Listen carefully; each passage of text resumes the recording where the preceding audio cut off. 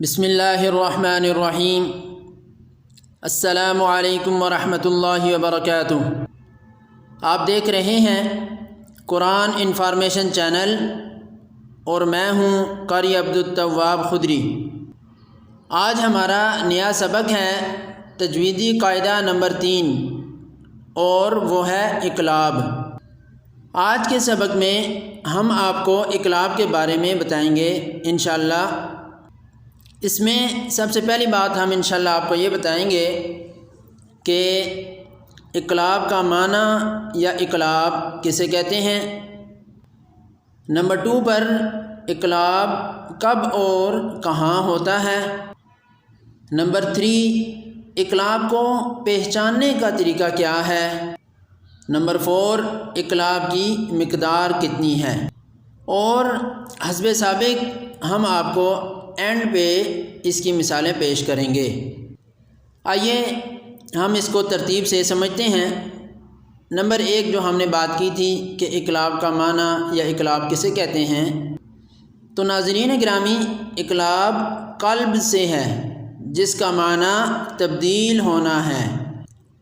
اقلاب میں نون ساکن اور تنوین کو با سے تبدیل کر دیتے ہیں، اس لیے اس کو اقلاب کہا جاتا ہے۔ نمبر 2 اقلاب کب اور کہاں ہوتا ہے۔ نون ساکن اور تنوین کے بعد اگر حرف با آ جائے تو وہاں اقلاب ہوگا، یعنی نون ساکن اور تنوین کو میم سے بدل کر غنہ کریں گے۔ بعض ممالک کے لوگ اقلاب میں اخفا کرتے ہیں، مثلاً عرب کے لوگ، لیکن پاکستان میں عموماً اقلاب میں غنہ کیا جاتا ہے۔ نمبر 3 اقلاب کی پہچان کا طریقہ کیا ہے۔ تو ناظرین گرامی اقلاب کی پہچان کا طریقہ یہ ہے کہ اس میں چھوٹا سا میم لکھا ہوتا ہے۔ اس سے آپ کو بآسانی علم ہو جائے گا کہ یہاں پر اقلاب ہو رہا ہے، اور اس میم کو میم مقلوبہ کہتے ہیں، یعنی یہ نون ساکن اور تنوین سے بدل کر آیا ہے۔ اقلاب کے بارے میں ایک اور بات ذہن میں رکھ لیں کہ اس میں اظہار یعنی نون ساکن یا تنوین کی آواز کو ظاہر کرنا جائز نہیں ہے، البتہ اس میں آپ اخفا کر سکتے ہیں۔ نمبر 4 اقلاب کی مقدار۔ اقلاب کی مقدار 1 الف کے برابر ہے، یعنی اقلاب کرتے ہوئے آپ اس کو 1 الف کی مقدار کھینچ سکتے ہیں۔ اس سے زیادہ کھینچیں گے تو یہ آپ کی تجویدی غلطی ہوگی۔ ہاں اگر آپ کسی کو سکھا یا سمجھا رہے ہیں تو 2 سے 3 الف کی برابر بھی کھینچ سکتے ہیں، لیکن اس سے زیادہ نہیں۔ اب آخر میں ہم آپ کو اس کی چند مثالیں پیش کریں گے تاکہ آپ کے لیے اقلاب کو سمجھنا آسان ہو اور آگے بھی مزید کسی کو بآسانی سمجھا سکیں۔ تو آئیے اب ہم آپ کے سامنے مثالیں پیش کرتے ہیں۔ مثال نمبر 1 ہے انبوریکا۔ اصل میں یہ لفظ ہے انبوریکا، یہاں پر نون ساکن ہے، اور ہم نے یہ قاعدہ پڑھا ہے کہ نون ساکن کے بعد جب با آ جائے تو اس با کو میم سے ہم بدل دیتے ہیں، اس کو اقلاب کرتے ہیں۔ یہاں پر ہم اس نون کو میم سے بدل کر انبوریکا پڑھیں گے۔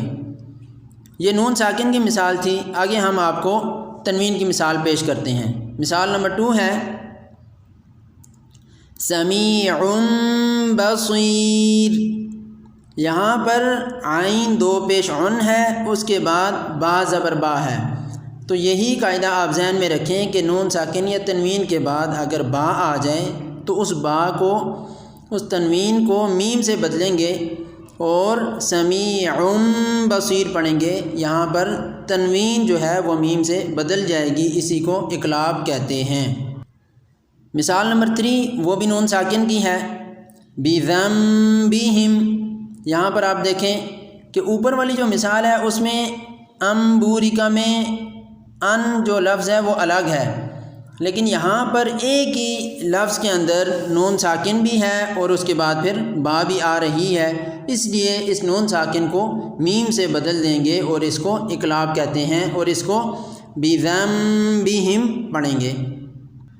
مثال نمبر 4 کِرَامٍ بَرَرَةٍ، یہاں پر یہ مثال بھی تنوین کی مثال ہے، یعنی میم 2 زیر من آ رہا ہے اور اس تنوین کے بعد حرف با آ رہی ہے، اس لیے اس تنوین کو میم سے بدل کر غنہ کریں گے اور اس کو اقلاب کہتے ہیں، اور اس کی آواز ناک میں لے جا کر ایک الف کی مقدار اس کو لمبا کریں گے۔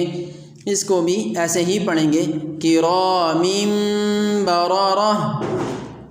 یہ چند مثالیں ہم نے آپ حضرات کے سامنے پیش کی ہیں اور یہ آپ کی آسانی کے لیے ہیں۔ اس کے علاوہ جتنی بھی مثالیں جہاں بھی جب بھی آئیں تو آپ ان کو دیکھ لیں، ان کے اوپر علامت چھوٹی سی میم پڑی ہوگی تو آپ سمجھ جائیں کہ یہاں پر اقلاب ہو رہا ہے، اور جہاں بھی آپ کو اس طرح کی مثال کوئی بھی نظر آئے تو وہاں آپ سمجھ جائیں کہ یہ اقلاب ہے، تو اس لیے وہاں پر غنہ کریں اور تنوین کو یا نون ساکن کو میم سے بدل کر۔ صدق اللہ العلی العظیم۔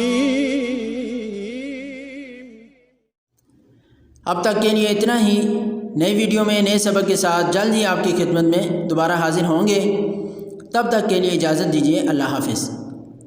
اور اگر آپ کو ہماری ویڈیو اچھی لگی ہو تو ہماری ویڈیو کو لائک کریں، شیئر کریں، اور اس طرح کی مزید ویڈیوز دیکھنے کے لیے ہمارے چینل کو سبسکرائب کریں اور بیل آئیکن کو پریس کرنا مت بھولیے گا تاکہ آپ کو ہماری ویڈیوز وقت پر ملتی رہیں۔